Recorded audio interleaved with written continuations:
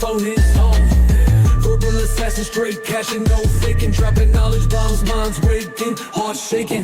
Rez TKF, truth from the chest, fire in the breath, put the rumors to rest.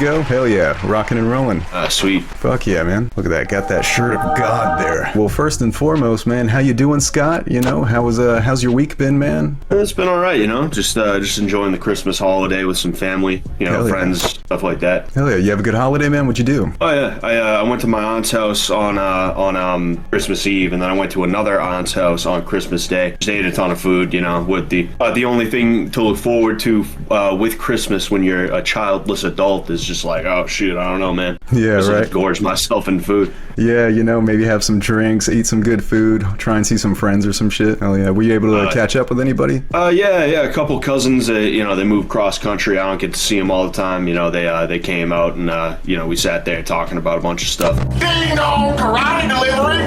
You ready? What's up, everyone, and welcome to another episode of the Rez TKF Podcast. With me, I have a very special guest. You've seen him train the fish to kick ass and take names, and you've also seen him train them to hunt vampires within the night. I'm very proud to introduce none other than Sensei Scott, and welcome to the dojo, Sensei Scott. What's going on, man? How you doing? Oh, I'm doing good, man. I gotta give you a proper Sensei welcome, right?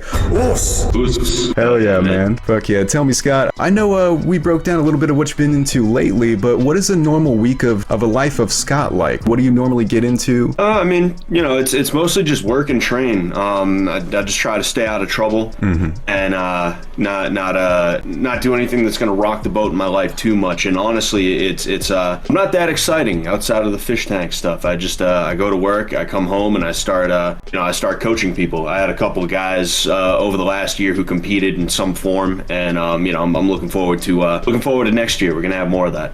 Hell yeah. So you're a professional boxing trainer? Yeah, I'm an MMA coach. You know, I do anything related to MMA, a lot of Jiu Jitsu, a lot of Muay Thai, especially right now. What got you into fighting in the first place? Like, what sparked your passion to be able to pick up some gloves and get into some hand-to-hand combat? Well, one of the earliest memories that I have is my dad bringing me to the gym that he trained at. He wasn't like a fighter, he just boxed because he enjoyed it. You know, I got a picture on my wall of me like trying to punch a heavy bag, and I'm too small to reach it. And I think that was what planted the seed, was just like being too young to do it, but young enough to old enough to remember. My dad bringing me down there, and just from there it just kind of grew. You know, my dad, he'd show me some basics every now and again growing up. In between sports, I'd end up at a gym or something like that, you know, all boxing. And then in high school, I got into wrestling. That's kind of what made me decide I wanted to go the MMA route, is because I really enjoyed wrestling. And, you know, one thing led to another. Here I am now. So your dad was into a little bit of boxing and training a bit. What got him sparked into that to where he was like, you know what, I want to bring my boy to the gym? I mean, he was definitely a boxing fan. I mean, they're somewhere around here. Oh yeah, like he just recently gave me like all these like cards and stuff like that he like, these are from like the early 90s, late 80s. So it's like he was a boxing fan, but then in addition to that, he also grew up in Boston back when it was like a rough city. Yeah. And you know, he doesn't tell me all these stories and stuff like that, but like judging from what I've heard, it was a war zone. And then he would tell me like, yeah, I'd be getting into fights every week. That's the most he would ever tell me. You know, he doesn't want to talk about anything else. You know, I think he was just like, well, if I'm going to be fighting people, I might as well know how to do it. No, I think it was an outlet for him, really. Is that something that you also dealt with growing up? Did you deal with a rough neighborhood as well? A little bit of a scuffle every now and then? Yeah. I mean, nothing like Charlestown in the 60s and 70s or anything like that. But boys will be boys. Yeah, you grow up, somebody wants to start trouble. So sometimes it's even you. Sometimes you're kind of being that guy a little bit. You might not want to admit it, but you get a little bit of a dust up in, and everybody just kind of walks away. And whether you're friends with that guy or not, at the very least, everybody knows. That guy will fight. I probably shouldn't start with him. Yeah, you let them know that you have a little bit of edge to you, that you're not a pushover or one to fuck with. Yeah, not a chump. Did you ever deal with any like bullies or anything like that growing up, or anybody who maybe tried to cause some problems for you at one time or two growing up? Oh yeah, for sure. I think everyone deals with bullies, and then I think everyone is a bully in some form and they don't realize it. I also think in my case there were situations where I thought I was being bullied, but really it was just the way boys play. Boys play rough, busting chops and shit. Yeah, and I definitely was a bit of a sensitive kid when I grew up, and I think that kind of led me down a path of being a little bit more militant than I had to be. But in terms of legit somebody's trying to mess with me repeatedly, yeah, I've definitely dealt with that. Did it lead to one of your first fights? How was your first fight as a kid? The first time you had your metal tested, how did that go?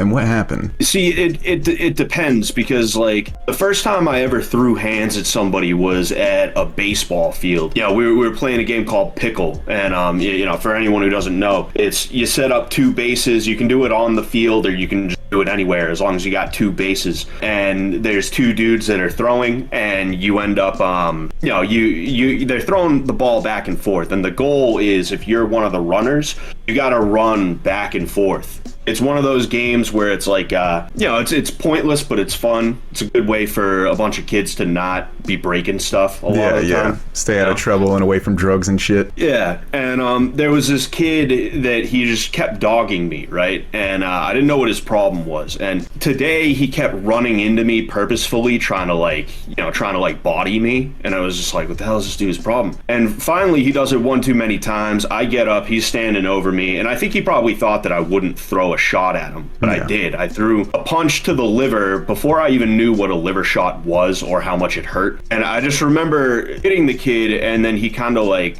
just like that, and he kind of fell over, and his friends didn't really like that.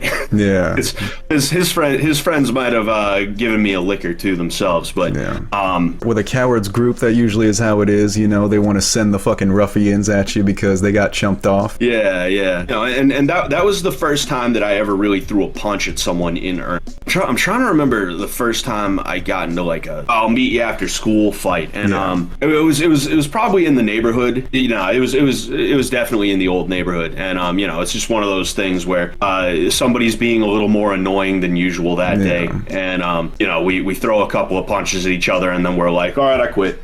Someone's being more of a little shit than usual. Yeah, that kind of thing, for sure. Yeah. I thought you'd be bigger. Your training aside, you have that natural stature, and especially with you training people in a gym, do you find that people try and treat you like a boss battle of some sort? Do you deal with confrontation a lot? With people out in the world, I'm a scary looking ginger dude. So a lot of people, they look at me and they're like, oh, that guy looks like he's ready to blow, which I'm actually a really chill guy. Yeah. When it comes to the gym, yeah, it happens, and it's not out of malice or anything like that. It's that nobody wants to do something and feel like they're doing bad at it, even if they are bad at it. They want to at least feel like they're good enough to kind of get over once or twice every now and again. Yeah. That's usually what will happen is I'll say, all right, we're going to do some light sparring, or we're going to do a light roll. They're not thinking in terms of, all right, let's keep it light. They're thinking in terms of, let's try my best to win, but also, try and keep it light. But I really want to win, though. That's what I'm here for. Yeah. And because of that, you might start off and you'll see where it's if you're going half speed with them, they'll go that much more than you, and then you'll be like, oh, all right, well, I guess I'll match you because that's how hard you want to go. Fine by me. And then they're like, and then they do that, and then up until it's a fight. you know? And I used to be way too nice about that kind of thing. I used to just let people, like, you know, try their best to beat on me, and whether they hit me or not, like, you know, I'd just be like, whatever, bro, who cares? But I've gotten to a point where I'm sick of that. So now when someone wants to do that, I'll tell them, like, yo, dude, calm down. Like, stop trying to win. We're at the gym right now. Nobody's gonna win right now. Yeah, there's no gold medals involved. Exactly. You know, and if they don't, then I'm not gonna, like, you know, I'm not gonna send them home with a concussion, but I'll start stunting on them a little bit, you know? Yeah, I've seen you have to do that in the tank to kind of like check people a little bit every now and again, and it's definitely it's necessary. What made you want to really pursue MMA and throw on some gloves and really get in the ring? From, all right, I'm going to learn a couple things, till, all right, I'm gloving up and I want to take this seriously? It was a combination of being 17, 18 years old. I barely graduated high school, and it wasn't because I was like a bad student. I had some health issues that kept me out of class for a lot of my sophomore and junior year. So, like, I didn't have time to be thinking, like, what am I gonna do? Am I gonna be an engineer? Am I gonna be a lesbian dance therapy doctor? Like, what am I gonna do? So, like, I'm sitting here kind of trying to figure myself out while also having no clue about anything, and I was just kind of like, I don't know, maybe MMA is like the path for me. But like, what really made me settle on MMA over boxing, the wrestling training that I was doing, but really like what absolutely pushed me over the edge was I was in a class my senior year. I would actually end up training with this guy, funny enough, and it was a video production class, so we had computers and stuff like that, and the teacher, like, he wouldn't get on my ass because he knew me from the wrestling team, and then he also knew that I had an interest in MMA. So I'd literally be like on the computer watching Pride fighting championships in his class instead of doing the work, and he'd just be like, whatever, you know? And there was something about Pride specifically, because, like, you know, the UFC obviously around, Strikeforce was around at that time. There was a bunch of other promotions other than just UFC and one championship. But something about Pride with, like, the pageantry and, you know, the larger than life characters and stuff like that, you know, like the Mirko Krokops, the Fedor Emelianenkos, the Vanderlei Silvas, that right there was just like, I was like, man, I want to be a part of that. I want to walk down the 100-step staircase into the ring or cage. There was just something about that like, you know, I'm 17, 18 years old, full of testosterone, want to prove myself to get rowdy and release that energy. You know, from there I was just like, all right, so we're doing this, you know? Hell yeah. And I had already trained a little bit in jiu-jitsu at the time too, now that I think of it, because the way I got introduced to the gym that I'm at was the wrestling team that I was on. We got screwed out of a practice space, and our coach was affiliated with that gym, and he was like, he went to the owner and he was like, yo, could we with the wrestling team practice here? So you know, I was around it a little bit, and so all I had to do was go to that guy and be like, yo, I want to fight, is that cool? And he's like, yeah, sure. How did your first MMA fight go, and was it a learning experience? Yeah, it didn't go too well. I did not train the way that I probably should have. You can do Brazilian Jiu-Jitsu, and that will help you get ready for a fight, but the type of Brazilian Jiu-Jitsu that I was doing was not good for an MMA fight, and I didn't realize that at the time. Spare you a long ass story about it, but basically when you're in an MMA fight, you don't want to spend time on your back hunting for submissions, right? Absolutely. It's one thing if you're like positive that you can get one and you're able to keep yourself safe, that's one thing, but I was a white belt at the time, so yeah probably not. So if you end up on the ground and grappling's in play, then it's pretty much like, oh, you're in trouble. Yeah, you wanna either sweep or stand up as soon as possible. Me, I didn't do that. I stayed on my back hunting for submissions and stuff like that, and because of that I got absolutely demolished. But even before that, the guy wanted to strike with me, and because I had done boxing for a long time, I remember we go to the center, I go to reach out my hand to touch gloves, and he didn't touch gloves with me. Instead, he threw an overhand right, caught me, then a left hook. I was all good. I was all good.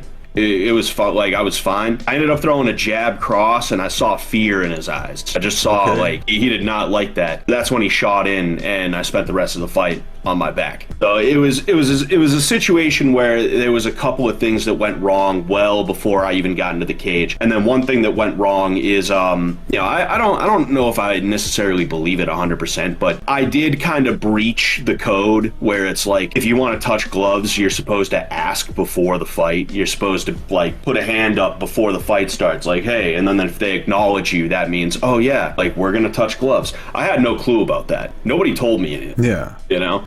So yeah, you were going in there blind, just like thinking that, you know, he was gonna just like have some kind of camaraderie with you, huh? Yeah. And even though I think he probably knew what was going on and he was just like, oh, I have a leg up on this guy. It was still a situation where it's like, well, I had no clue that you're supposed to like signal to the guy before that. But really, like, you know, to sum it all up, it was kind of a shit show. Multiple reasons, yeah. And it was pretty ugly. So you would the guy say broke his hand. Oh shit! Yeah, the guy broke his hand on my skull. Damn, which is funny, bro. because I had a bruise, but other than that, I was good. No concussion, no broken anything. I screwed up my knee, but other than that, you know. Boy's drinking his milk. God damn, man. If he tried to stand with me, I would have knocked him clean out. Gotcha. You know, he was not on the level that I was with my striking. It just was not going to work out for him. And like I said, when I hit him with a jab cross right down the middle, and I didn't even throw it as hard as I could. And I could see that he was afraid of that after. Like I can still visualize that. He was surprised by the power that you had right there. He didn't realize. He thought he was going to be going up against some kind of chump, huh? And that's literally what it was. Like, he was looking for an easy fight, and because of that, he lied about his experience. His grappling was so good because he was a college wrestler. Me, I was like a mediocre, not even mediocre, I was just a bad high school wrestler. And I think I had maybe a year of jiu-jitsu by the time I stepped into the cage. So he was a guy who was looking for easy fights. He had one other fight after me, and it was against a guy who had shitty striking. So basically a dude who was not good at all at anything. It opened my eyes. It took me a minute to come to the realizations that I did, but it opened my eyes about the reality of the game. You know, a little under a year before that, I'm watching Pride Fighting Championships, and I'm like, dude, wow, this is so crazy. I want to be a part of that. And about 6 months after that, I'm about to be a part of something like that, and I'm realizing that, like, oh, okay, so like it's a lot of smoke and mirrors, you know, not in a WWE way, but like in kind of a more fucked up way. Sonic boom. Would you have like people who you were like, they inspired your style of fighting, or maybe even your demeanor in the ring? I liked Mirko Krokop. I liked Fedor Emelianenko. You know, I liked Vanderlei Silva. They aren't MMA guys, but Tommy Morrison and Marvin Hagler. I like Tommy Morrison because he's just an exciting guy. Win, lose or draw, he would usually put on good fights. He's been dead for 11 years now. Marvin Hagler is, for one thing, he puts on really exciting fights, but we're also from the same hometown, Brockton, Massachusetts. So it's kind of like looking up to the hometown guys. You know, my dad has stories about seeing him at the gym and at the bar and stuff like that. Who are some of your heroes now? Have they changed over time? As for modern day guys, it's kind of tough because truthfully, like, the quality of MMA has definitely gone downhill. I'd say dudes like Alex Pereira, Charles Oliveira, Islam Makhachev is cool. A lot of dudes who, like, casual quote unquote fans would be like, dude, you do MMA? Have you ever heard of Conor McGregor? Like those kinds of names where it's like, oh, you know that name because everyone's talking about it. Right, it's all over Twitter. Yeah, like, as annoying as it can be to have some dude who's watched like 2 UFC cards try and tell you about the sport, there's a reason why those guys get famous, and it's because they put on really good fights. I think dudes like that, they deserve the accolade. And as far as Alex Pereira, he's like a really high level striker, and you could especially see it in that fight with Roundtree. And then with Charles Oliveira, I think he is what jiu-jitsu for MMA is supposed to be. It's not like sport jiu-jitsu today. It's if jiu-jitsu is going to evolve so that it's still going to be relevant in MMA, it's going to have to be dudes like Charles Oliveira. You know, speaking of sports changing over time and kind of like having a different flavor, what are your thoughts on the rise and overwhelming sensation lately of influencer boxing? What do you think about that? Yeah, I mean, I've had a hand in training some of them. That's how me and Sam met. You know, he was getting ready to fight Hassan, but then Hassan, you know. Hassan Piker, I'm coming to kill you in Los Angeles at your house. Or in the ring. No, in real life. He never agreed to it, but you know, Hassan ignored that out of fear. Yeah, and then the Thompson fight came around. Yeah, I mean, I think it's an interesting thing. It's definitely taken a dip lately because it's become its own ecosystem. You know, I was talking about this with somebody else. The cool thing about influencer boxing was the idea that JonTron might take on Turkey Tom or something like that, right? Yeah. Like dudes that you know that are kind of like A-list, or at least at one point were A-list YouTube guys or whatever. They take each other on, right? But now it's not that. Like, if it wasn't for influencer boxing, I would have never known who Salt Poppy or like Slim Albahar. More than half of the Creator Clash people, I had no idea who they were. I went to the first one in person, actually. Jet and Joey and like Brandon Buckingham as well. They were all like in this group right next to me. But it was just crazy when I look back at the footage and I was like, bro, they were right fucking next to me. I could have fucking interviewed them. What the fuck? Funny, because I even walked, you know, Emp Lemon, who was on Fish Tank Season 1? Oh, yeah. Emp Lemon and fuck, who was the other guy with glasses? He made the guillotine. Rusty Cage. Yeah, Rusty Cage and Emp Lemon were literally 2 feet away from me, and I'm like recording. I didn't know who they were at the time, just being real. So I'm sitting there and I have my camera, me and my wife walking up to the Creator Clash. I'm like, and I'm recording too, and I'm like, yeah, there might be some really big YouTubers here. And I'm like walking right by those guys, and they like kind of perked up like I was about to go and interview them, but I didn't know who they were, and I was just like, yeah, maybe that'd be cool. You big leagued them. You go over to Emp Lemon and you're like, oh hey, I'm looking to interview YouTubers. You don't know if there's like the Turkey Tom around, do you? Working in the gym and training people, what is the craziest shit that has gone down? What is the absolute most madhouse shit that you've experienced in your days working in a gym? I had a dude who was clearly on heroin come in, and he didn't like challenge me, but like you get some dudes every now and again who like they want to feel cool, and they are convinced that they could like walk into a gym and you know, dude, fucking, I'm gonna challenge the instructor and we're gonna fight and I'm gonna beat his ass, dude. Not only was this dude untrained, but he was also a lot smaller than me, and he was on heroin. Like, you could tell it wasn't just weed. You could tell it wasn't just Jeff? weed. I'm fucking Spencer, too. I'll fucking lick the window. But this is fucking nuts. yeah. And then later I saw him on Fishtank, and I was like, right? Oh, man. He's in Vegas right now. Yeah, I just told him, nah, that's not how we do things here. And he just kind of was like, oh, okay, and then he just, you know, bottled out. Other than that, nothing really too crazy. It's rare that crazy things go on at a gym, honestly. A lot of the stories people have are made up. Other than that, there was one time we almost had to break up a fight between a guy who had a broken arm, but he still decided he was going to come and spar. Damn. And he got dumped on his ass because it was Muay Thai. Oh, which means fuck. he got up and he started like yelling and screaming. He's like, I got a broken arm, you dickhead. And it's like, all right, well, what Whose are you fault doing is that? yeah, like, what do you want us to do about it? We ain't got magic wands here, fucking. I'm right. I'm ready for fucking anything.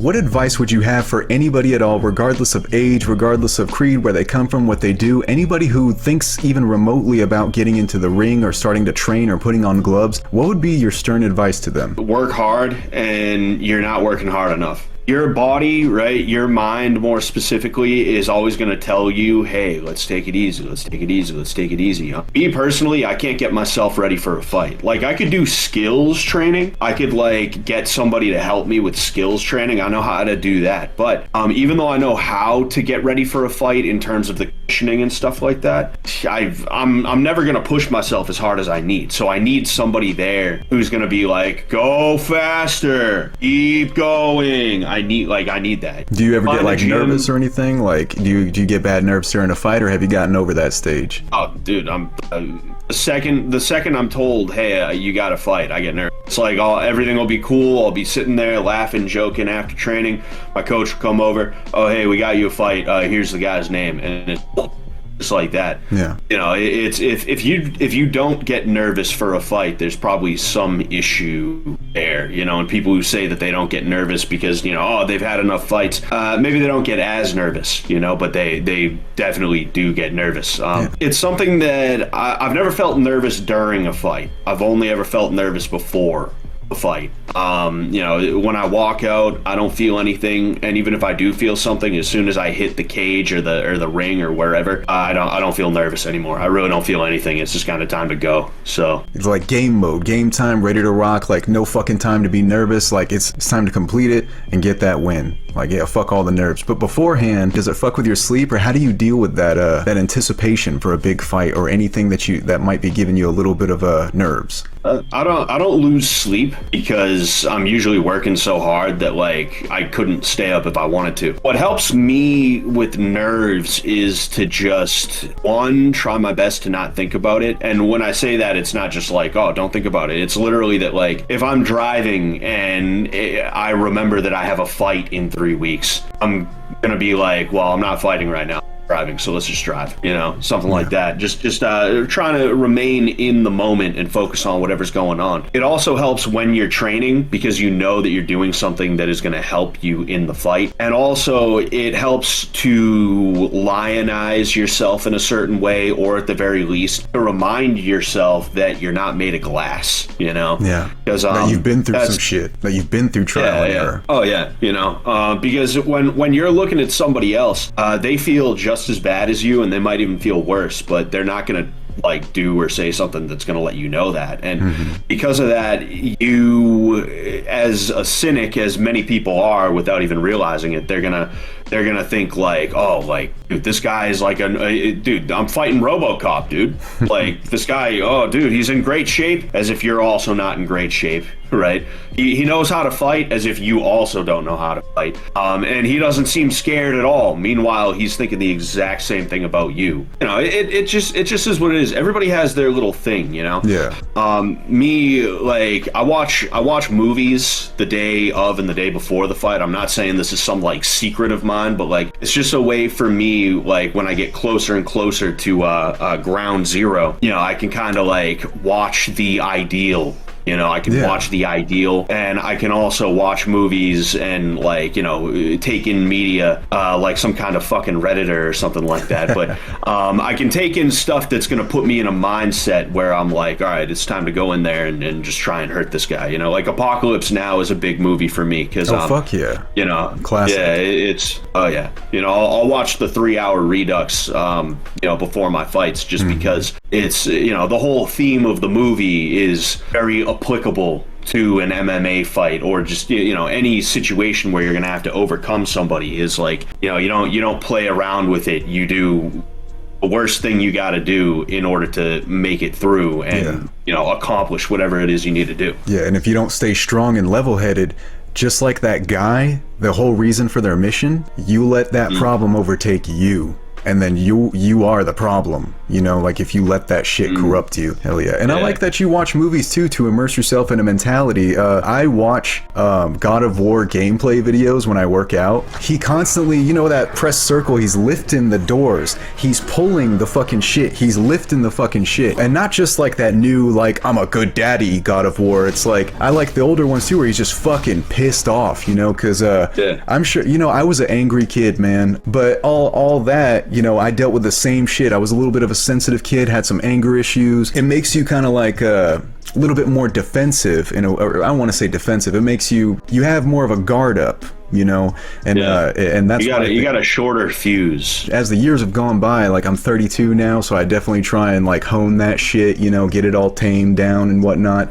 Takes time, takes effort, but man, working out, lifting weights, focusing on some discipline of goals of like, let me try and up my sets. Whenever you stepped in the tank and introduced these little basement dwelling, Reddit exploring, computer clacking away on the keyboard cats, you inspired a lot of them to really, maybe for the first time, have a real physical goal to achieve when you were Sensei Scott. And even on season 1, I mean, you were pushing John and Josie and everybody to like, you know, do a little bit of training. You look like a fucking weeb. What does US stand for? It's short for Ushinobu. It means I'm striving with patience. From now on, you don't say yes, you say us. Everybody understand? Us. I don't think I heard you. Us. What was that?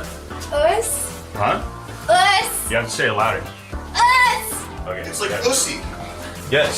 Season 2, you know, you really like stepped it up with your role as Sensei Scott. Season 2.5, even being an NPC in there. And so like, that's awesome that you're spreading discipline. And that being said, 5, 6, 7, 8, 9, 10. you said on your stream that you actually want to start a gym as one of your big dreams and goals. What made that like really being from maybe #1 fighter or whatever to like, nah, I want to be the coach, I want to be the guy in the gym, the guy who's creating like opportunity in the community? What made you want to start a gym up? I mean, I've always liked helping people insofar as like, you know, teaching them things, right? I've always been pretty good at being able to spread information to like a group of people. You know, I'm a good communicator. I mean, that was always the plan, was to own a gym, but the reason why I'm transitioning to that so early is because I realized that there were things with my fighting career that they didn't pan out the way that they were supposed to. Some of that was me. I can't, you know, blame everybody but me. Like at the end of the day, it's my career. What do you feel didn't pan out?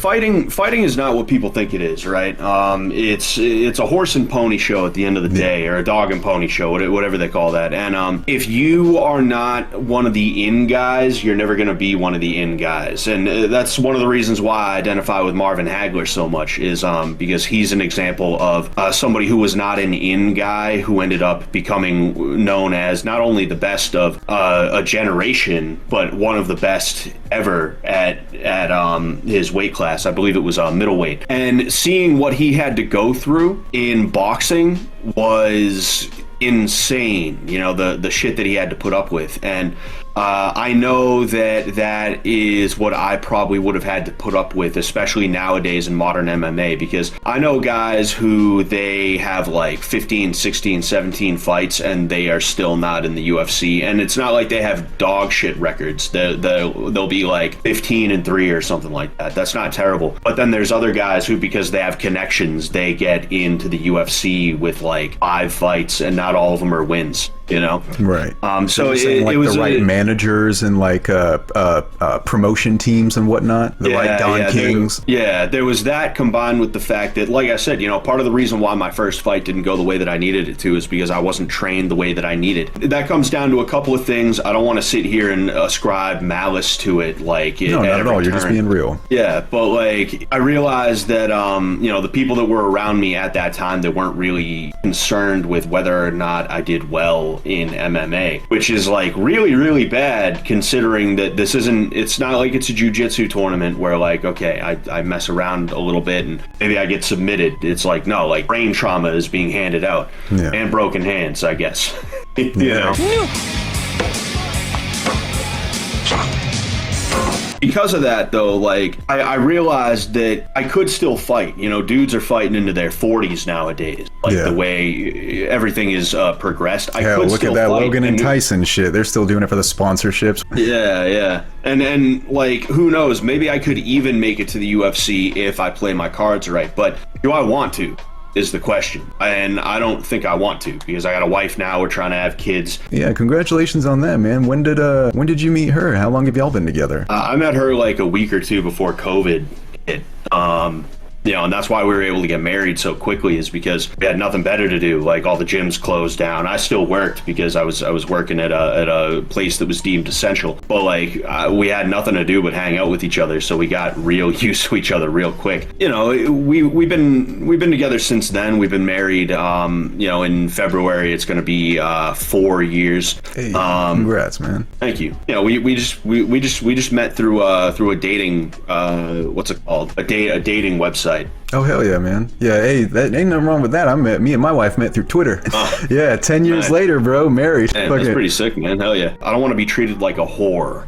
Yeah. I'd rather be a guy who can train people in the way that they need to be trained for whatever it is they're gonna do, whether it's just straight up jiu-jitsu or if it's MMA. And then I want to also be able to like protect them from the situations that I was put in, where there's some guy who lies about his experience, and my dude doesn't know enough to Google before he says yes to a fight. So I do the Googling, and I'm like, I don't know if this is the guy we want. I think he might be lying here. We're gonna ask for another guy.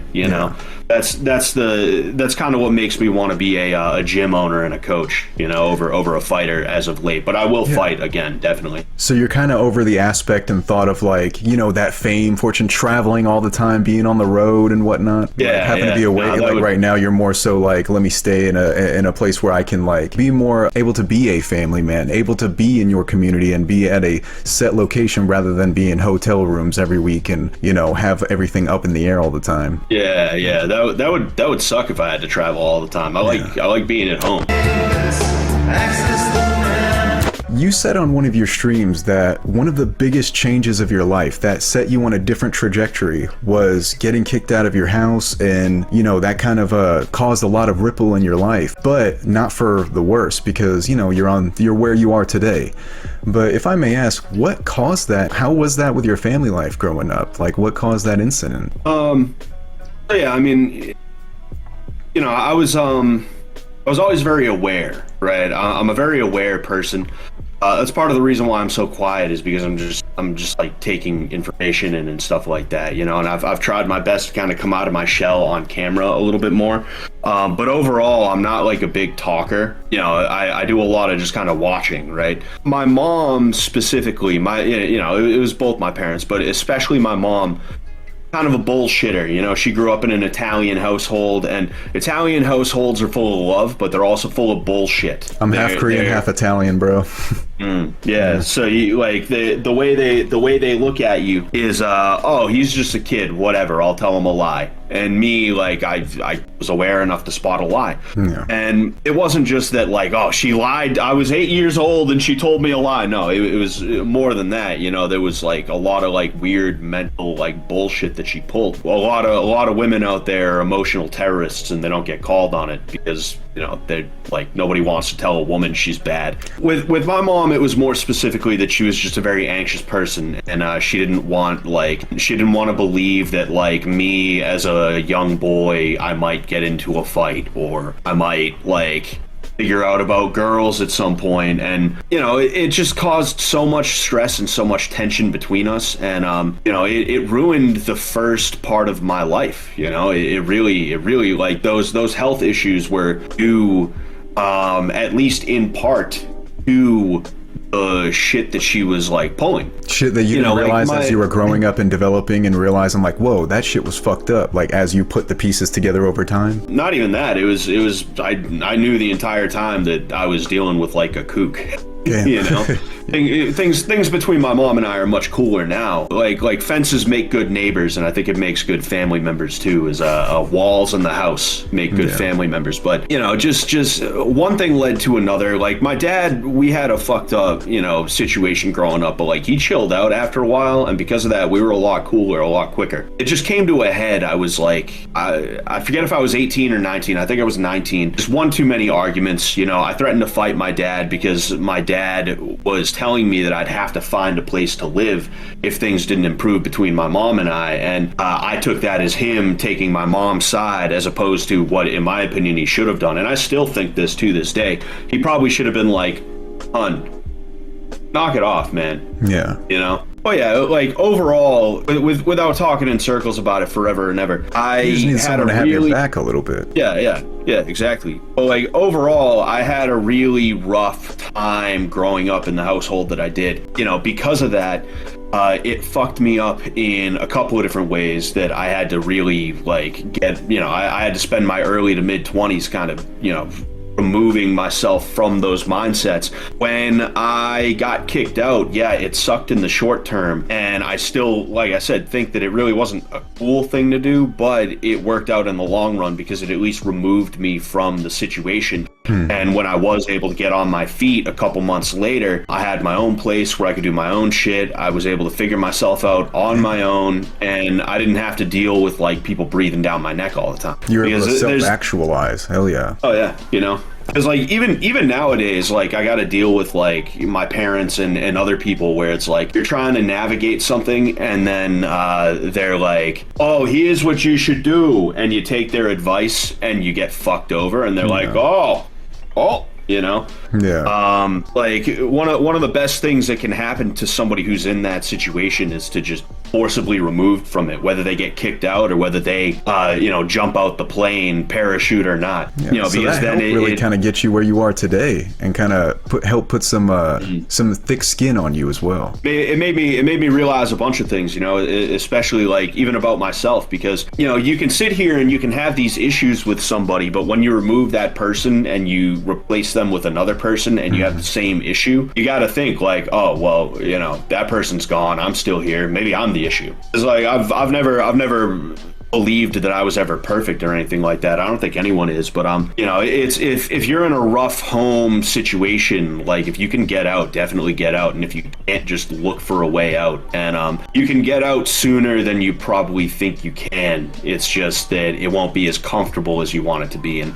sometimes you got to get uncomfortable in order to change. I mean, discomfort is the driving factor behind change 99% of the time, but usually it's some kind of external discomfort that someone wants to try and smooth out. Like, you have to be willing to put yourself through discomfort if it means that you're gonna be better than you were before, in whatever way that means, you know? Yeah, it's how you get your XP and level up, man. And every creative person, it is a true thing. Every creative person, a lot of people, musicians, artists, anything, they create better when they're going through struggle or in a rough environment. Sam himself has said right after, I believe after his fight or right before his heavyweight fight, that on stream he said, I purposely live and have my office in an uncomfortable area. I'm on the fringes of society because that keeps me on my toes, keeps me creating, keeps me hungry, keeps me waking up. Because if I get too comfortable, and if I were living out in the middle of nowhere and my neighbors are playing their music, I want to fucking brains out. And it's like, yeah, you know, that's fucking true. And it is true. We make our best things spur of the moment, in a bind of a time crunch, or going through some shit and we just want to like escape. I've had my best ideas, and I've gotten some of the best work done when I'm like slacking off at a job I hate. When I'm like, dude, I don't want to be here. I'm gonna hey, here's an idea. Maybe if I follow through with this, I won't have to be here forever. You know? Yeah. And then I write that down. Exactly, man. Hell yeah. That fucking, sparks something in you and lights a fire under your ass, as they say. You can be, as you said, you can be going through a problem and you can try and analyze it all you want, but you're not going to analyze it as good when you got some shit going on in your ear or constantly in your face. And when you have your own area, whether it be your own laboratory, your little bat cave, or whatever it may be, to just reflect on yourself. And as you said, you might realize, man, like I was kind of a dick here. I did kind of put myself in a shitty area. I shouldn't have been there around these folks, but you wouldn't realize that had you have this problem constantly berating you and distracting you from a good, clear path of thought. Yeah, so you begin to like reflect, and you begin to kind of like analyze yourself and almost get to know yourself again, and then you're like, what kind of person do I want to be for the rest of my days? The big thing you talked about as well, and I went through this so much. Turning 30 was a big thing for you, and you even made a video about it, reflecting on your life and, you know, both the physical and emotional changes that you go through from going to that like precipice of late 20s to that little thin line of 29 to 30. How have you been taking being 30, and has it grown on you a little bit and you feel it's a little bit easier to take on? And do you have advice for maybe some 20 somethings that the fear of God strikes them when they think of their 30s? To tell you the truth, like I don't think I'm gonna really feel 30s until I'm like 31, 32, you know, like just last night I sit down in bed, you know, a bunch of different thoughts start running into your head right before you sleep, and like one of those was, oh shit, I'm 30 now. Damn, that's crazy. You know, you're still good. I'm 32. You're still gonna feel like that, man. I'm 32, and I'm telling you, you're still gonna feel like that. But that's good. I think that's fucking great that we feel like that. You know what I'm saying? Because I feel like that makes us more youthful and more energetic. Yeah. You know, I also like to play on my N64 too. You know, I play Donkey Kong. I ignore my wife. You know. Makes me feel like I'm 14 again. Hell yeah. Overall, you know, I'm gonna say this, and like, you know, it's advice that I take half the time. The other half the time, I'm like, oh shit. But there's nothing you can do about it. So it's kind of like, hey man, whatever. You know, just take it one day at a time. I've always told myself I don't want to be that guy who like he's getting older and because of that he has like a midlife, or in this case, I guess like a quarter life crisis. You know, like if I end up bald, I'll just bald. I'm fine with that. I don't want to go bald. That's gonna suck. But like a lot of people, they tie youth to having like all their hair and stuff like that. I don't want to be the guy who's like, you know, my hairline recedes more. It's like back to here now, you know. And I'm trying to enjoy it while it's there. Yeah. You know, wearing a LeBron James headband type deal. Fucking get so old you're gonna wear Kangol hats and shit. Yeah. Oh, like I want to age gracefully, and you know, if I can't do that physically, then I want to do it mentally. I want to be able to just be like chill about it, you know. And like if you can't do anything about it, and if it's gonna happen no matter what, you might as well just be like whatever about it. If you have like if you're absolutely positively capable of doing that, you know. Man, it was around 28, 29 that I started having those like freak out thoughts of like, oh my god, I'm about to be 30. What the fuck am I doing? Like, but then you start to realize one of the biggest things I realized, a big part of getting older in life in general is acceptance, especially with age. As you said, if your hair starts going, what are you going to do? Stress yourself out more to where it's going to fall out even faster? Or are you just going to accept that some things fucking change? Because you can't fight age and time. And when you accept that, that's where like you start to realize, man, this is why fucking old monks are so calm in shows and movies and shit, you know, like because they just accept. And also, finasteride's a thing, so that's cool. It does help for sure, you know. Yeah, I mean, like from a young age, I was always interested in like spirituality and stuff like that, you know. And like I haven't held on to a bunch of stuff from when I kind of stepped away from religion, because I was never an atheist, but like I was like what I like to describe as a shithead spiritualist, you know. Me, it was like, oh, dude, God's real, man, but like God is just like, hey, he just loves you no matter what, man. So like it's totally cool, dude. Just smoke weed all day and do nothing. Just do that, man. It's all good, dude. Cheat on your spouse, bro. It's all good, you know. Like who cares, man? Like the hippies, those people who think, yeah, he forgives child. Yeah, no, like he totally will redeem them and show them the error of their ways and shit. It's like, I don't know, man. They're fucked. They're past fucked. Like I was one of those types of guys, and like the only thing of value that I got from that was that you know, if you hold on, you're just gonna be disappointed, so you might as well not hold on. And I have that with like everyone and everything, you know. Even if I am a little disappointed, it's like I'm not gonna show it, because it's like, no, like if I show it, if I allow myself to feel like that feeling is valid in that way, then I'm just, it's gonna get worse and worse, and I'm also gonna make a fool of myself in some way. Scott Sullivan. First and foremost, the one that I'm sure you get a lot from the fan base, how in the world did you meet Sam Hyde and end up linking up with MDE? So it was 2021. I tried out for BKFC, which is Bare Knuckle Fighting Championships, and I went to the tryout that had like 100 dudes. Usually it's like 15 to 20 guys tops at these things, but I went to the one that everybody went to. Like no pads, there was no nothing, just straight up knucking, like no tape, no nothing. Well, you can tape up to like this point on your fist, but there's nothing covering the knuckles or anything like that. Shit. Yeah, and I tried out for him. I didn't have to fight anybody that day or anything. It was just, you know, a skills showcase, and there was no way I was gonna get noticed for anything other than my red hair. there. And they picked a couple of guys to give contracts to. One of them is also a Massachusetts native. He's going to be fighting, I don't know how soon, but on the sooner side. I was like, all right, well, I didn't expect to get picked. I know it's not like all hope is lost, though. It's not a zero-sum game. I know I can get on one of these cards. So I type up a short little thing just saying, hi, my name's Scott. I just want to introduce myself, hoping you'll consider me if you need somebody, blah, blah, blah. And I was like, okay, I want to make sure this doesn't sound stupid. And at the time, I was listening to a lot of Sam's self-help stuff. And I was like, well, I don't know. Maybe Sam Hyde will tell me if this sounds dumb. So I sent it to him. He responded positively. And that was kind of the first interaction that we had. And I think from that point, it's not like he was like paying attention to me or like he really like a knew super who chat I was. type thing where it's like you send it in and it's like I just sent him a message on Instagram, gotcha. on one of his old accounts. After that, I think like a month or two passed maybe, and he ends up talking about how he wants to fight Hassan, and I don't like Hassan Piker either. I offered to help Sam get ready for a Hassan fight because I figured Hassan would take it, honestly. A fella by the name of Hassan Piker. Are you going to get that fight? Oh, I will if I have to go to Hollywood. Myself and me lonesome on me little moped.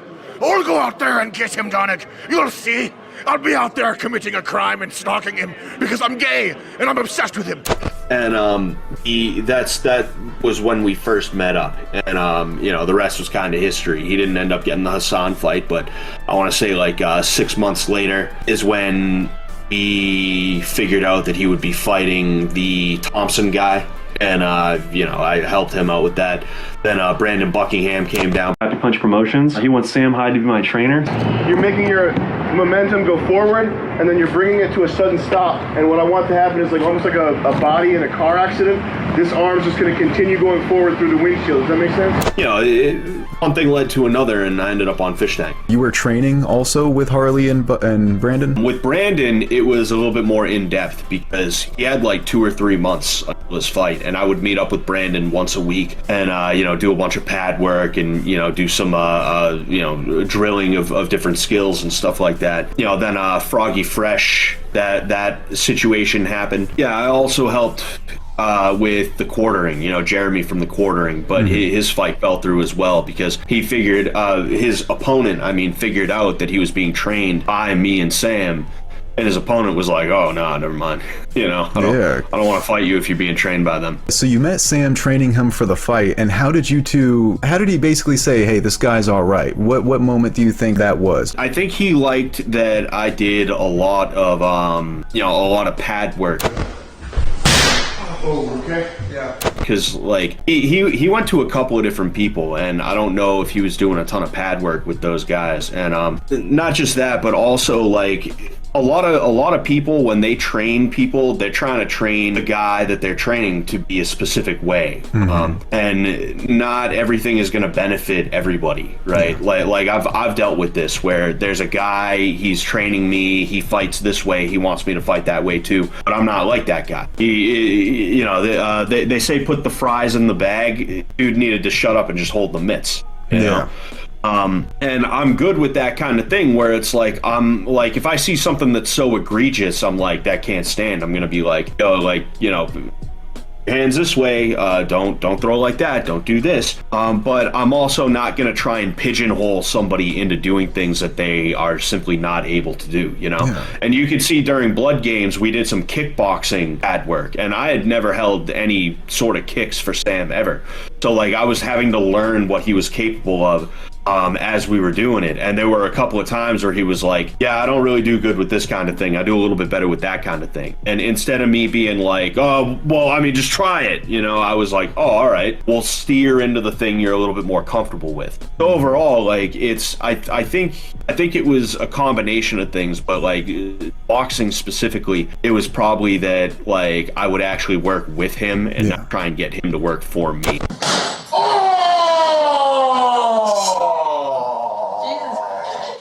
What was the moment that he was like, all right, I want you on Fishtank, or like, hey, are you down to maybe have a bigger role and be on camera? How did he approach you with that, and how did you feel knowing, all right, I'm about to go from guy training every now and then to I'm going to be a character with thousands of eyes on me? Well, I mean, during season 1, I didn't think I was going to be on it. You know, I'd never talked to him about being on it. You know, I was just ready to sit here and enjoy the show. And I think it was like around the end of week 2, maybe the beginning of week 3, something like that. I could be wrong. It might have even been earlier. I get a text. I had spent the night at the hospital with my brother-in-law. I'm driving home. It's like 7, 8 a.m. And I just get a text and nothing else. He just says, yo, come on Fishtank, you know. All right, you know, I ain't going to work today. I'll go home, I'll sleep, and I'll wake up in the afternoon, and you know, we'll figure this out. You can go ahead and tell me, you know, you can go ahead and tell me what time to show up. So that was how I ended up on Fishtank season 1. And at that point, it was just like whenever he would hit me up, I'd just head down, you know. And season 2, I want to say like a month or so before I get hit up, again, just out of the blue. I didn't expect to be involved. He's like, yo, we're looking for somebody to come in and teach fish karate like 2 or 3 times a week. I want to offer you first before I go looking elsewhere. Are you down for that? And I said, yeah. And he handed me a budget to work with. I had to get a bunch of stuff, you know, to like gis and belts and other stuff like that. You know, he said like it's going to be a couple times a week. So, you know, I just worked on what I thought would be good for 6 weeks of karate training. You know? Just built up like a little regimen that you knew some beginners could do. What was your thoughts going into like actually opening the door and stepping in? I couldn't really say I was comfortable on camera for season 2 yet. I wasn't sure like, you know, what was like okay, what was not okay. Yeah. And I wasn't willing to take risks and things like that. And because of that, I was definitely a little stiff when I was doing Sensei Scott. When it not came to mention to one of the your actual... students was throwing up on the bar the first night. Yeah. Oh boy. Yeah. I did have a plan for the itinerary. It was going to get increasingly more unhinged as time went on, and it was going to take like 2 or 3 weeks for that to really ramp up. It didn't end up panning out that way because of a bunch of different things, but like I was proud of the ideas that I had, and I wish that I was able to implement them. If there was another 70s theme, if season 4 was a 70s theme and they were like, all right, let's bring Scott back, I'd probably just go right into the like week 3 stuff. Maybe have 1 week of just like basic karate training, but then like go right into the week 3 stuff, because that was like, I bought wooden swords, you know, and when they were gonna start inevitably destroying the house, I was gonna be like, oh yeah, by the way, put this through a wall, you know. First I had I was gonna do like knife fighting shit, which like I wasn't like, it wasn't going to be a good idea to have dummy knives on screen, so I was going to roll up magazines and tape them down. Yeah. And I was going to be like, you know, I was going to do different drills with that, you know, just like weird shit that is like combat related, but you know, it's just unhinged. It's it gets their blood pumping too and keeps them from being too stagnant. Yeah, you know, a bunch of stuff like that, you know. Yeah. So with your association with MDE and the whole crew being on Fishtank, associating with Sam Hyde, have you ever once worried about the controversial reputation that they have, and if that would affect your lifestyle and your career as a fighter? Well, as a fighter, no. At the end of the day, when you're a fighter, so long as you're not like running around throwing Roman salutes and shit like that, you're pretty fine. Because at the end of the day, if somebody doesn't like you, you know, they can just fight you. Yeah. If they can't fight you, it's like, well, shut the fuck up, you know? Yeah. When it comes to like my daily life, I mean, there isn't really like a ton of stuff that you could point to that it's like, you know, anybody who points to stuff like that is usually just like impotent with it anyway, you know. They're just kvetching is really what they're doing. It's just type of person looking for problems. Yeah, and a lot of people know not to listen to those kinds of people, especially nowadays, you know. But like I trust that like with certain things that they're not just gonna leave me out to dry on that either. Like if I got in trouble for like the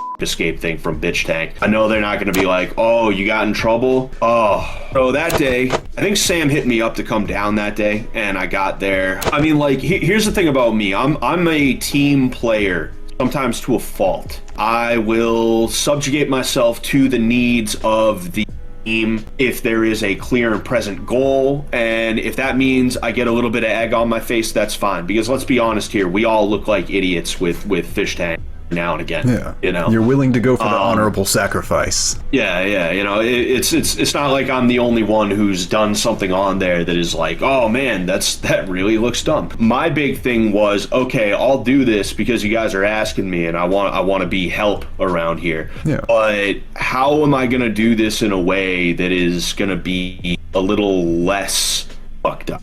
Yeah. You know, I forget exactly what I settled on. People were mad because Letty came up with these lines and stuff for me to say, and like, I didn't not say them on purpose. It was more that when I'm in the middle of a if you will, martial arts related though, whether it's like grappling or whether it's striking, I'm pretty much blank. I'm usually not really thinking about too much. I'm just kind of like, all right, whatever. Oh, a jab's coming in, I better like slip and parry. Oh, hey, I can hit him now. Yeah, that's usually like, if anything is going on, I'm usually thinking about exactly what is happening in the moment. Instincts have taken the pilot. Yeah, so I couldn't think about any of the things that she had said because she wrote them down and then she showed them to me, and I tried my best to memorize them. And the only one I remember still was like, I think she wanted me to say, "Rar, give me that kitty."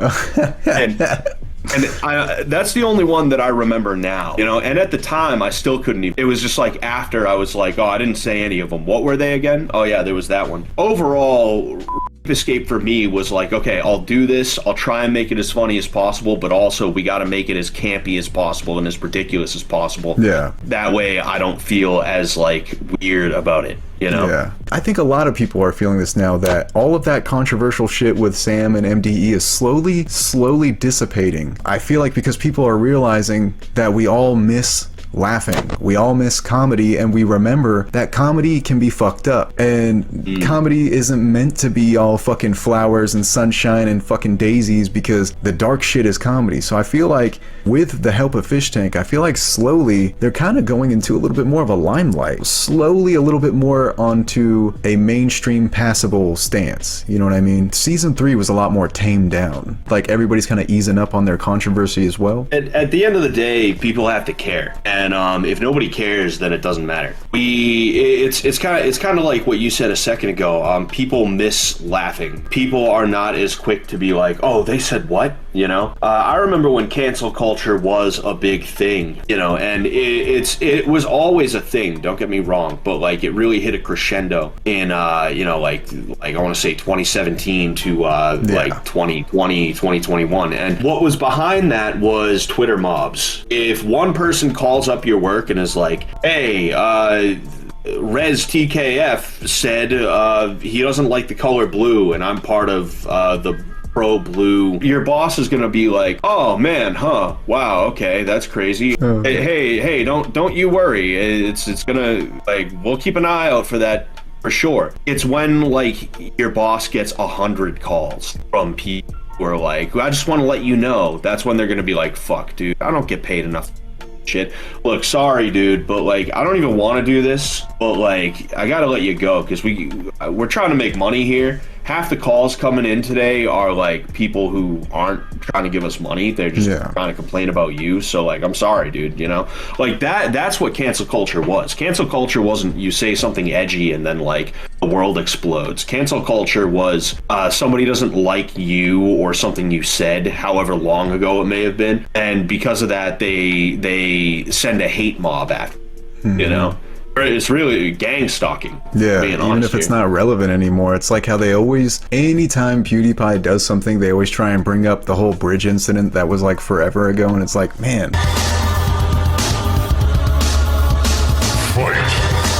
You were actually reffing the fight between Shinji and TJ, the final fight, which was a fucking tearjerker for everybody. What did you think about that being the final fight and the season overall? Like, how did you think that season did? Like, I think the season was really good. I know at the time there were a lot of people who were blackpilling about it, but I feel that I'm kind of being vindicated now. I remember saying at the time, like, I think in the future people are going to realize how good this season is. And, you know, I think that's kind of how it's been happening. We were building towards towards that ending, whether we realized it or not. We were looking for an ending that was going to fit, that was going to make people happy, that was going to, one that would make sense. And every time we thought of something, it would be, we could have him stand on one leg. Actually, nah, there's problems with that.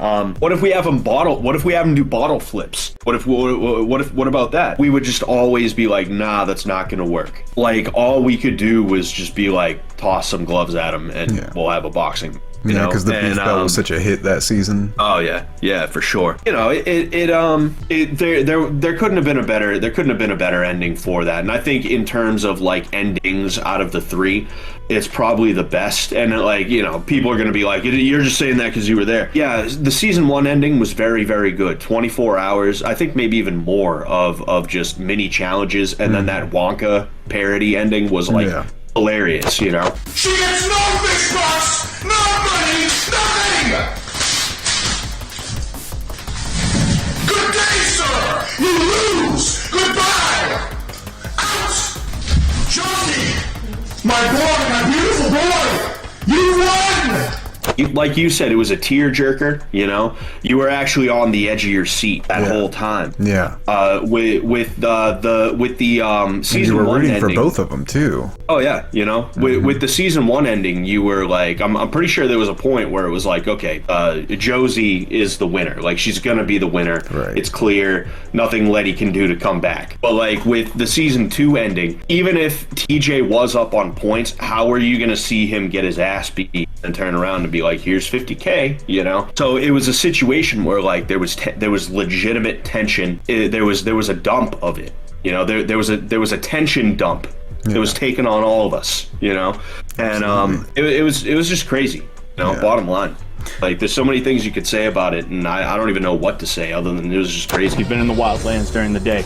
You haven't been in the wildlands during the night. I've been here at night. Last night. With me. Fishtank.Live Season 2.5 All-Stars Vampire Bloodgames. That was one of the most amazing things to ever happen on the internet. I am in love with 2.5. I thought it was amazing, them taking it outside, having it 24 hours day and night, and being on a camping ground with a bunch of property, and having from you to Soda Man to the blacksmith and his wife, and of course the ever so amazing Lord Xavier Ravenblood.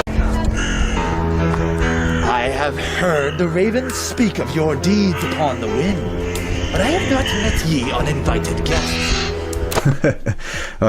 All of the activities that you guys had, how was it for you being called into not just Fish Tank again, but this time the most different Fish Tank there could ever have been? What was it like for you joining 2.5 Blood Games? It was crazy, especially because I didn't think I was going to be on it, because I did the Hong Kong 2 podcast with Chris Lynch and Ben. And before that, this is like, I want to say like April. Like, I'm literally sitting there getting ready to do it, and Ben is like, oh, dude, you got to come see the new house. It's crazy. You're probably not going to be around for 2.5, but we're definitely going to have you for season 3, and, you're going to have a big-ass place to do training and blah, blah, blah. So, like, to get hit up a few weeks later by Jet, like, yo, like, you're going to be this in 2.5, I was like, oh shit, like, cool. Yeah. It was just like I knew from the get-go it was going to be something amazing, and I think just like with season 2, as time goes on, there's probably going to be people who figure out about 2.5, and they're going to be like, whoa, like 2.5 could easily breach containment and become like a cult phenomenon in the way that like certain other things have. I'm just so glad they hit me up for that specifically. I used it as an opportunity for myself as well, in terms of like really just being able to be comfortable on camera, stuff like that. I think 2.5 is really what I needed to kind of realize, that it's like, oh no, just like go on camera and do your thing, say whatever you're gonna say, do whatever you're gonna do, Yeah. It made it easier that I was playing a character too, not just like going on there as, myself wearing a red gi. That's Cage, right? The half vampire, half human hunter of his own kind. Yeah. Cage the Daywalker. Cage the Daywalker, who had one of the most epic scenes of Fishtank.Live 2.5 with Tai outside of the porta potty. That thing's getting lower and lower. You're trying to keep me or my dick away? Both. Trying to protect my mouth and butthole. This is peak fish tank content right here. That shit God, bro, I was laughing so hard at that shit when he just had that cross at you and you were just like, yeah, it's not doing anything. It's like, yeah, it is. You're a vampire. You don't like to cross. And then the whole time Jimmy in there taking the most massive dump in the world. Love you, Jimmy. And love you, Ty. Mad love to both of y'all. He took a long time with that dump, too. I was sitting there like, all right, Jimmy, like, hurry up, man. Yeah, it's all right. It off and let's go.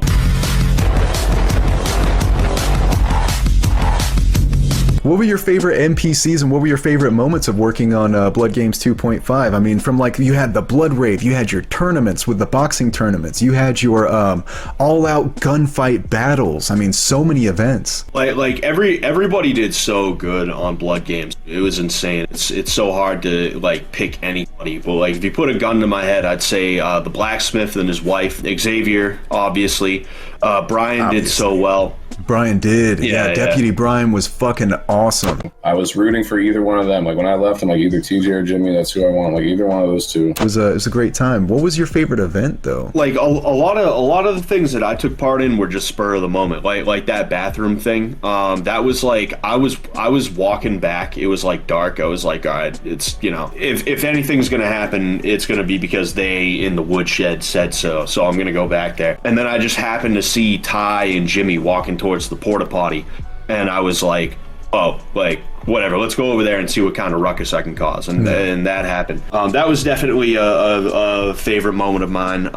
Another one was the Vance. It wasn't supposed to specifically be Vance, but Vance ended up being a Solid Snake, you know? Hell yeah. And like that was fun because I got to be an NPC that was like hostile, you know? Like being Cage, I wouldn't be picking fights with like the player characters. I'd just be, you know, I'd be kind of catty towards them. But with this one, like Letty tried to hit me with a fireball and it missed. And I just remember, like, I don't know how well this read on camera, but I just felt internally, I was like what the hell?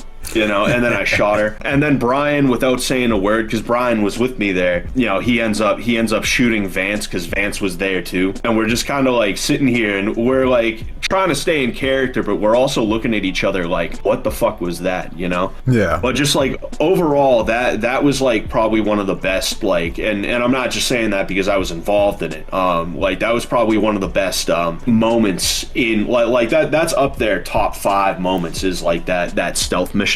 And then the tournament, I forget if it was, I think they literally just called it the Blood Games. Me and Brian, like, we did a lot of hanging out during the whole season. I think we were kind of on the same wavelength with a lot of things. We're just hanging out, watching everything go down. And it's when Xavier was trying to railroad himself to be the winner of the Blood Games. And every 3 seconds, me and Brian would just die laughing. And there was a point where Sam had to tell us to shut up.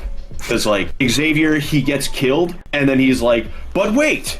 The scroll? I use the scroll of winning! Yes, Woo! Good! Above! Evil! Wait! That's what happens when you listen to a black person. What scroll was this? What magic is this, Xavier? Scroll of winning!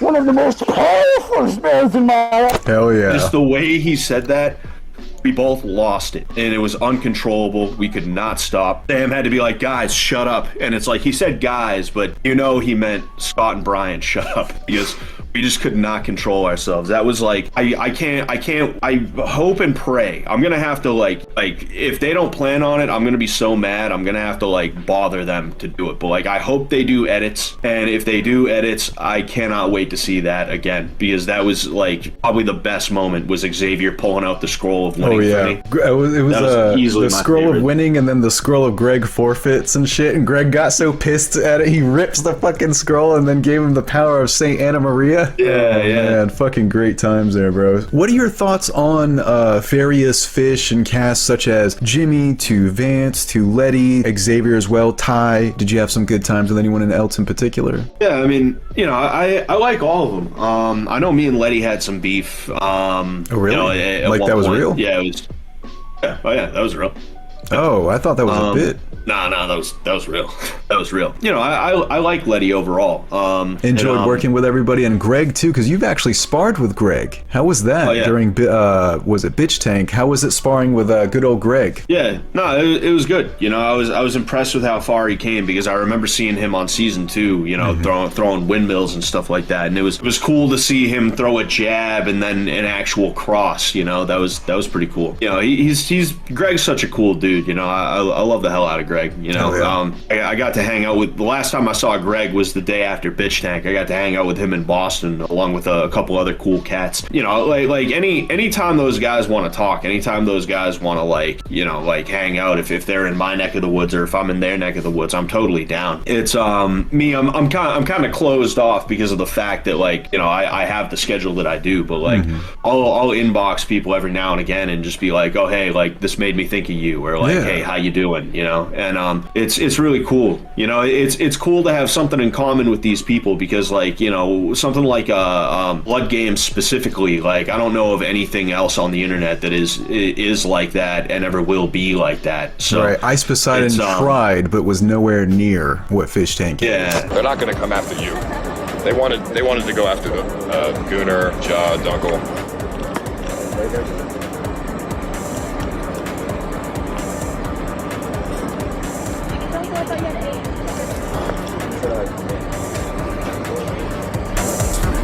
You know, plus his was just like a battle royale too. This was like LARPing loose and stuff like that. Yeah, it was just like LARPing and you know, loose narrative, but you know, it very, very loose narrative. You know, it made me want to give everything that I could to it. You know, and I remember like the finale. You know, I obviously wasn't Cage in the finale. I was a vampire. If you see in any replays a vampire like doing fucking like Superman dives, all this other shit, I was doing that because I was like, okay, this is like this is worth it to be like doing tricks and shit like that. This is worth it to be like doing that shit. It's the finale of what could be one of the best pieces of like media on the internet.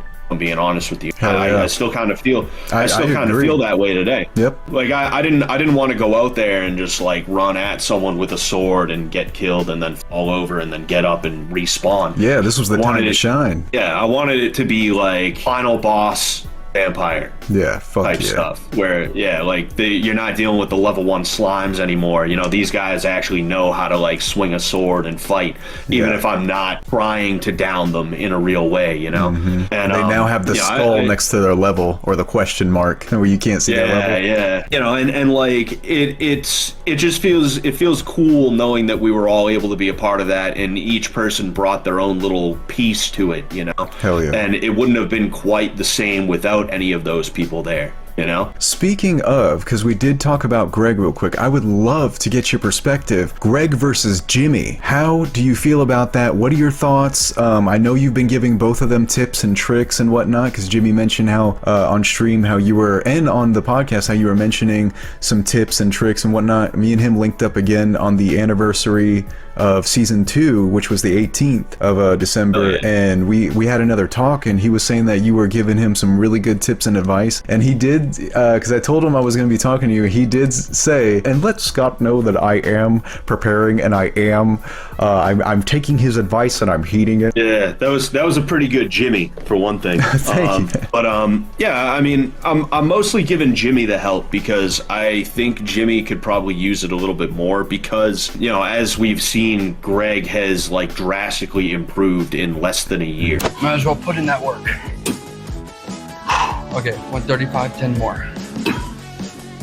How'd it feel getting hit by Greg? You would know firsthand. I mean, yeah, he's a big dude, so, you know, it's definitely not fun to get hit by him. Yeah, he's about my size. I think I'm a little taller than him, and I'm around 240. So he's probably, you know, he's probably around that too. You know, I mean, like, obviously I wouldn't want to pick sides. I know it's just a friendly No, fight not at all. Yeah, they love them both. Yeah. But you know, like, I know Greg has some guys who he'll work with. So when Jimmy hit me up, I tried to make sure that I gave him advice that was to help him. You know, because like there's only so much you can say to somebody and so much you can try and instill in somebody in a month or two. Yeah. So, you know, I tried to keep it more down to like conditioning things, keeping your hands up, making sure you don't get as tired as quickly and stuff like that. You know, I hope everybody comes out all right. You know, I don't think anyone's gonna get hurt or anything.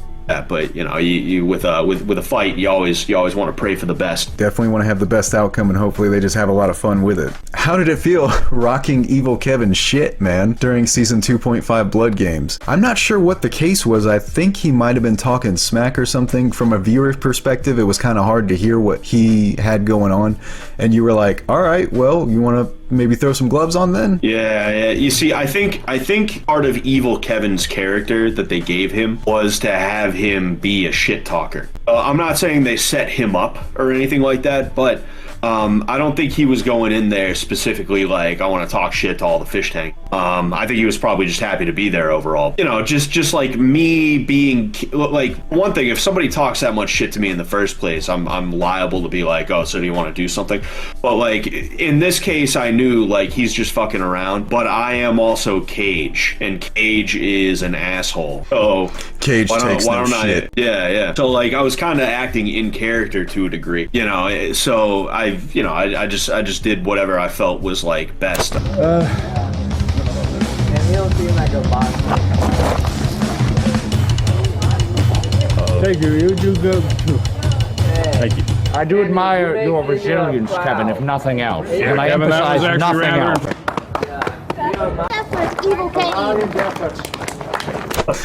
Oh man. Friggin', he was trying to tell you, he's like, you did a good job, and like trying to knuckle bump you, but he could barely even see you, and then he slumped over, and I thought he was gonna ask if you were okay for a minute. I was like, that would have been great. Hot tub much? Oh yeah.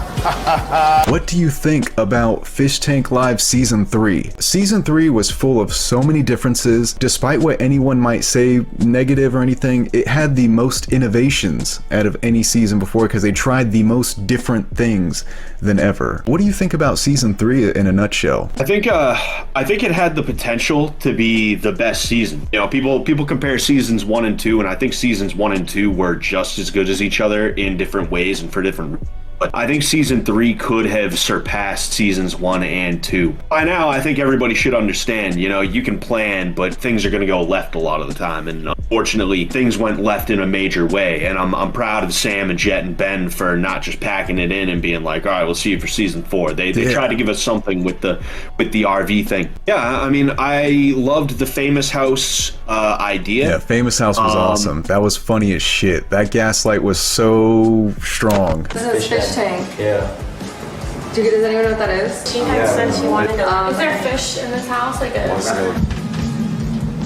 that's why I'm saying this one. Is there a direction I'm supposed to be looking? And if it's which house is this? Is not a house. I don't know. Oh yeah, you know, I want to see them do that again. The only thing I'm worried about is if they become a little bit too reliant on it, because that's something that while it's novel, it's going to be great. But like by the time they do Famous House 3, if they do it in quick succession, people are going to be like, all right, well, what else is there? You know, like Famous House was amazing. Ben did such a great job with his character. I almost called him Jason.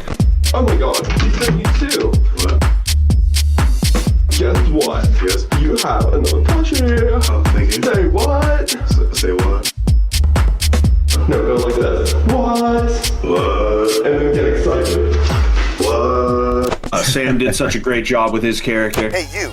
Yeah, you. Watching the screen right now. Come on a little trip with me, Jeremy Gold, alias G. I think one of the low-key funniest parts of it was having Jet walk around like he was just like a low-level member of like the production and stuff like that. Like he's a gopher, and all the fish were treating him like one, and they don't realize who Jet is. You know, there was a lot of good stuff, and a lot of it revolved around the Famous House gaslight, and I think it was a good season. You know, I do think it was a good season, and I think that they have something to build off of and branch out with. You think they'll continue the Famous House trajectory in the future, or maybe different versions of it? Yeah, there's no reason not to.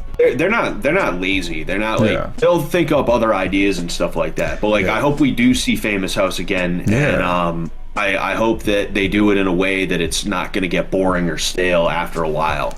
Yeah, the house was definitely fucking intense, though. That giant ass house they had. Because imagine if y'all had that in season 2 with the beef bell and shit too. Oh man. Third season, it definitely may not have been what a lot of people expected. But as you said, what they were able to pull out of nowhere to be able to deliver us some content from the RV to like the trip to Vegas. I mean, look, Alex B and Burt were just some phenomenons in general. Like, wow. Like, especially Burt seems like he was made in a lab by Sam and Jet and everybody. Okay. Like, he was in a character creation part of Fallout or something, and then they shoved him out into Fishtank. And Alex B's wife coming in that day. That was insane. Come on, G. I'm not going up them stairs. What I mean, and the biggest buck and ass. Okay. Oh my God. Hi, bitch. Let's go. Oh, shit. That was some good content right there. Got a little gross at some points, but boy, that was very Fishtank. Very Fishtank. Okay. Oh yeah, that was really good. People said they thought Burt was an actor, and it's like, nah, you can't act that. Yeah, for 42 days straight, bro. Like at first, there were some parts where, because I saw it was when Alex Stein, if you noticed, and Alex mentioned it too. Alex Stein would make Burt crack and smile and laugh a little bit, like you're smiling. I see your smile. You know it's funny. Because I feel like an idiot. Are you acting? He's been acting this whole time. And he was the main one doing that shit, and I was like, is he in a character right now? Because he would be the best actor in the world. You did not let the pig break you.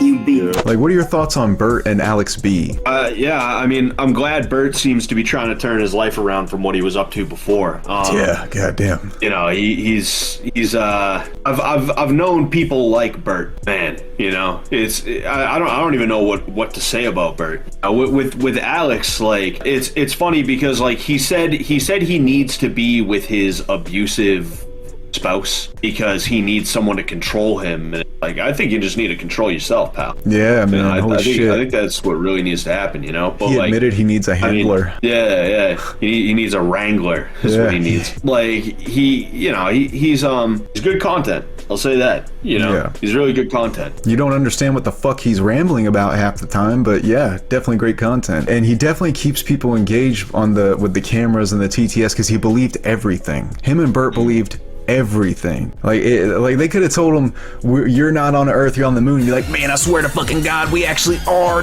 We are on the moon, man. They fucking told me, I swear. And it's like, God damn, this man is fucking gullible as shit. And also what surprised me with Burt was the muscle implant thing. Like, have you known guys in the gym that have had implants or whatever trying to show off or anything? I've never known anybody in my life with muscle implants. Yeah, no, I haven't either. And like when I first, because I didn't watch when he admitted to that. So I was like seeing people talk about it. Yeah. And I'm like, oh no, like, you know, people start rumors about everybody people start rumors about me. Fucking, I'm not like, no, I'm sure Burt, maybe he's not natty, you know, but I'm sure those are actual muscles there. And then someone told me like, no, he actually, wow. Oh, all right, you know? Yeah, that was my reaction when he admitted it. I was like, oh, fuck, shit. Yeah. Like, everything about him is, like, aesthetic, you know? Like, even like, the way his back is, like, I don't believe he is like that naturally. I think that he probably was like, I wanna be a black, urban, ripped trainer with a bubble butt.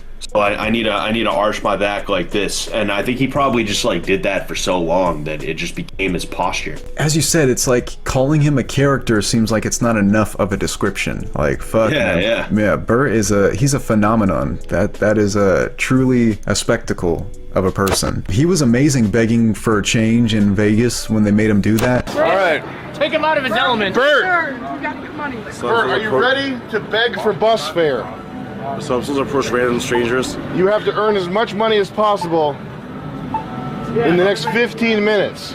That was like one of the best pieces of content ever. When people always say Kino, that him talking to those two white dudes that were like, what is this? I don't get it. I appreciate you guys to help me out with some bus fare. My name is Burt. Sorry. Tell them what Burt stands for. You gotta introduce yourself. Black urban rip trainer. Okay. I'm a gym coach. Okay. Yeah. It's just I appreciate if you could help me out with some bus fare, please. Burt, you cannot offer sexual favors for money here without a permit, you silly Billy. Ignore that. It's just say nonsense. Burt, tell him the alternate meaning of Burt. What is Burt? I was like, you can't write this. Like, this is amazing TV. That birding off in public is legal in Vegas. I really enjoyed seeing them out and about and kind of like IRL and shit like that. I know it's hard to maintain the connection and whatnot. I mean, hell, the tunnels. Yeah. There's a guy in the blue jacket.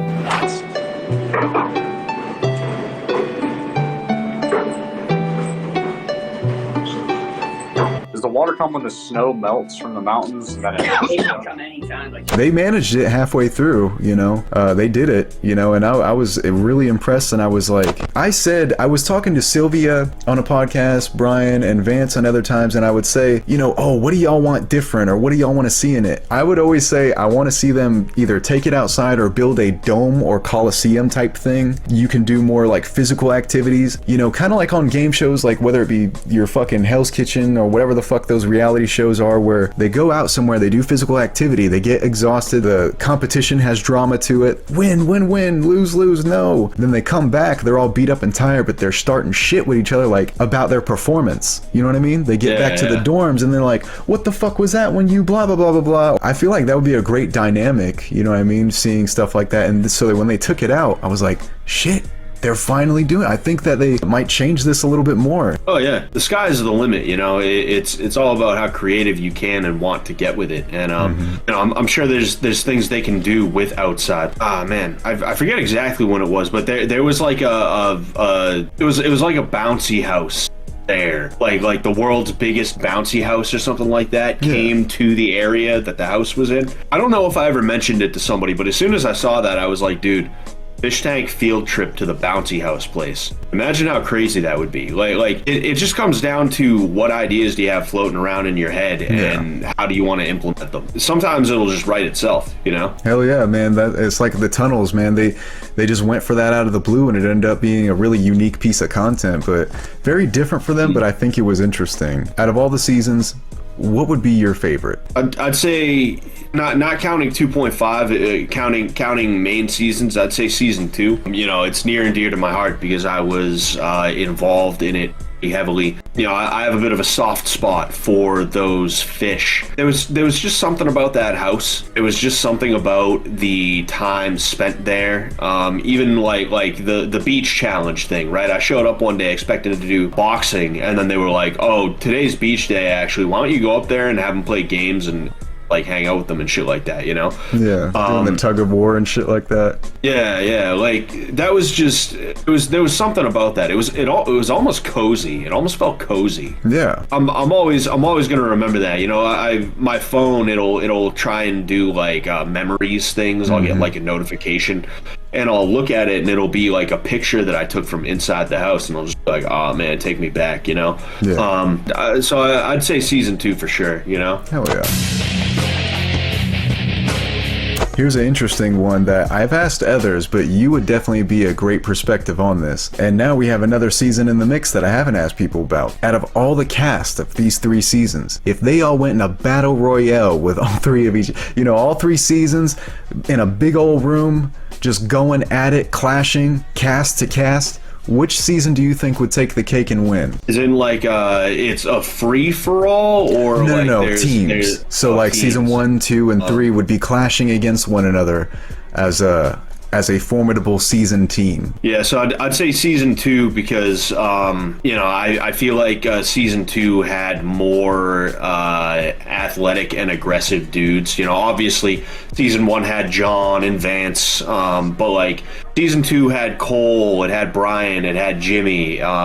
Shinji was very athletic too. Oh yeah, like Shinji, you know, he was athletic and he also had a little bit of training himself. You know, TJ just a tough dude. They could have TJ just being a bullet sponge while they exterminate the rest of everybody else. Yeah, I mean season 3, like, you know, like I talked to Binks recently actually. You know, I just said hello to her and introduced myself a little bit, and hopefully we're going to be doing something together. Nice.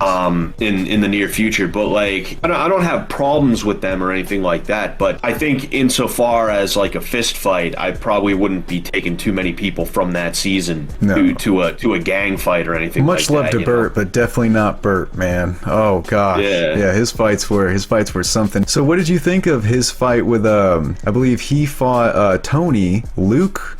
Fought Kawan, and that was actually because he got that bloody nose and shit. I know Kawan was kind of heated and shit like that, talking a little bit of smack, but boy, Luke definitely brought the pain to him, man. He was very smooth with it, but that bloody nose right there, that started leaking something fierce a little bit. So that was a decent fight, except for the little twist that Kawan tried to do, the little spin, Oh yeah. Jet started roasting him later, like, oh, spin, special move, special attack. Oh yeah. I mean, Burt's fight happened pretty much exactly how I expected it, Yeah. There's certain ways that people talk where you just know, like, oh, this guy actually does do it, like the way somebody carries themselves, the look in their face, the way they talk about like fighting and stuff like that, you can tell whether or not they have the kind of training that they're trying to tell you. And second I heard him say, oh, I also do heavyweight boxing, it's like, no, you don't. I don't. Yeah. Just so you guys know, there is like a main storyline. Did you turn down the crows? Out of all the seasons and the cast as well, what do you think separates each one and makes it special in its own way? Because you've been pretty heavily involved with a lot of the process of Fishtank, so you definitely know how the game goes. Season 1, they all took leaps of faith. They made the best of a situation where they were like, what the fuck is even going on, I know season 2 is the season where, oh, it's all fans. I'm pretty sure Vance knew about MDE, pretty sure Sylvia knew about MDE, and I'm sure there's at least like 1 or 2 more people from that season who knew about MDE. But, like with season 1, there was a charm because they could have gone either direction with it, but most of the people on that cast went in a very positive direction with it. And it was summer too, so it was a great time to start that. Oh yeah, for sure. Season 2, they were autistic as hell, but they were our autists. They were lovable, in my opinion. They were our dumbass younger brothers and sisters. Yeah. I don't think having fans is necessarily a problem. I think if you play it right, it's a good thing. And like I said, I think now people are realizing season 2 was actually a really good season. Yeah. Ups and downs, sideways. Spin moves, whatever. It was a very good season. Yeah. Season 3 is normies that you want to see messed with, but in them getting messed with, you kind of you're like, oh, maybe this guy isn't that bad. Like I'm not saying I like Symbol or anything like that, but I started to kind of come around to him a little bit as time went on. Yeah, same. Because you started being like, all right, he's putting mad effort in, and he is very competitive, so he gets that this is a game to compete for. Yeah, same thing. I thought he was kind of a douche at first and was kind of ruining some things, but then after, especially the fish challenge with Burt. Moment right now. It's a game. Yeah. It's just as important for me as it's for you. Yes. Make him hurt, Burt. Make him hurt. And seeing how much he was putting in effort with the fight as well, he didn't back down or didn't sit and talk for 5 minutes of trying to stall. He went straight forward and they went and fought. Now, like you said, though, it's not like, oh, I like the guy, but it was just like, all right, you earned your place there. You did. You fought for it. Yeah. It was like I might not love you, but like I don't feel like I'd be like, oh, whatever if you got hit by a car. He fucked himself over trying to be too dominant when the second wave of freeloaders came in and he was voted out the very first day that they were there. It was like, man, you shot yourself in the foot there, man. You could have played it a little bit smoother. Worked with the best you got, Oh yeah, for sure. Good to go. What did you think of the season 3 ending? I think that was the best ending we could have gotten, given all the situations. And I think there was a certain level of genius to it, if anything, because the way the season ended up and, the type of situation Burt was in, the type of guy Burt was being throughout the entire season, leaving him in the desert with a novelty check that has an X through the 50,000 and just 0. That was like, you know, they say the word Kino a lot, and I try to avoid saying it because it's like cliched, it's trite, but like, it's like YOLO that almost. was, yeah, like that was a Kino ending right there. Yeah. You know, like I said, there was a certain genius to it that I really shot, appreciated. that Breaking Bad RV style thing, how it just broke down right there and they couldn't get it out, and so just took the vehicle and piled him there. It was great, you know. I'm happy with it. You know, as a guy who just viewed this season, I'm pretty happy with it, you know. Hell yeah. Anything you'd like to see in the future seasons, or anything you'd change? I don't know, because like hindsight's 2020. You know, I did a video where I talked about like you know, things I liked and disliked about the season, and you know, it would be nice to see them have some more activities to be able to do. And I used karate from season 2 as an example, and of course there's going to be people who are like, well, of course you'd use that, but like, it is an example of them having something that, while it's not like a plot driven thing, at the very least they're not just sitting around bored. Anything that gets their blood pumping and gets them to be more active will lead to more content. Other than that, it's like I don't know what I could say that would really like be, if not valid, then I don't know what would be worth it to say in that regard, you know, because like I could say a lot of things. I could say, hey, you know what, I want someone to get shot next season. Like, well, you know, good luck with that one. Yeah, I mean, overall, when it comes to Fish Tank, when I watch it, from the standpoint of just like somebody who's you know, a fan of the production, because you know, I kind of look at it from two different angles, having been in seasons 1 through 2.5. You know, there's the side of me that's like, oh, I kind of know a little bit about what goes on, and then there's the side of me that's like, oh, I wonder what's going to happen next. And that's kind of like what I try to have, is just like, holy shit, what's going to happen next? Let's see what happens next, you know? I don't try to go in there with tons of expectations or you know, wants or anything like that. I'm just like, hey man, like whatever happens. Let's see how it pans out, you know? Hell yeah, riding the tide, man. I like it. I will say though, Scott, it's been amazing talking to you, man. Is there anything you'd like to plug or promote before we go? Yeah, I have a YouTube channel, Scott Sullivan MMA. I also have Instagram, that's also at Scott Sullivan MMA, and then Twitter, which is Sullivan_MMA. I do a lot of streams. It's Wednesday, Friday, and Sunday. Yeah, you know, I just do videos about whatever I feel like talking about. Real quick, is there any future projects you can give us a little that you're working on that you might be able to give us a little taste or sneak peek of that you might have coming around the corner? Nothing huge right now. It's because I'm trying to get ready to fight again. So, you know, I'm just focused on losing as much weight as I can and just you know, getting back into the swing of things, you know? Fuck yeah. When is that fight coming around? I don't have anything planned yet, but I'm looking at early to mid 2025.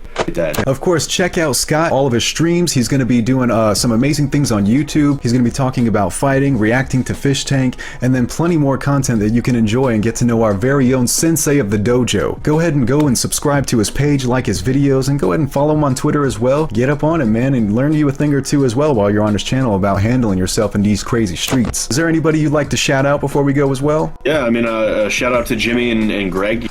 Shout out to Sam, Ben, Jet, you know, and everybody who's involved in Fish Tank. You know, I'm so grateful to have been handed the opportunities that I've been given, you know, and I can't wait to see where Fish Tank goes in the future. Man, just keep kicking ass, literally, brother. Oh yeah, you as well, man. You know, I see you put a lot of effort into these, and they come out really good, you know. Thank you, man. A lot of sleepless nights, so I really appreciate that, brother. I really do. And again, everybody, like and subscribe to Scott Sullivan's page. I'm going to have all the links in the description below and also on the screen. Go ahead and give him a follow on Twitter and all of his social media, and learn a thing or two about some self-defense and how to get there in the ring, be a little bit more confident, get yourself a nice, healthy, and better routine maybe as well, or just kind of powwow with someone who can share some life advice and maybe a story or two from their own. Yeah, Scott, thank you so much for being on here. It's been an absolute great time and a blast, man. I look forward to collabing again in the future, and brother, hell yeah, brother. All right, but hey, man, thank you so much for being on.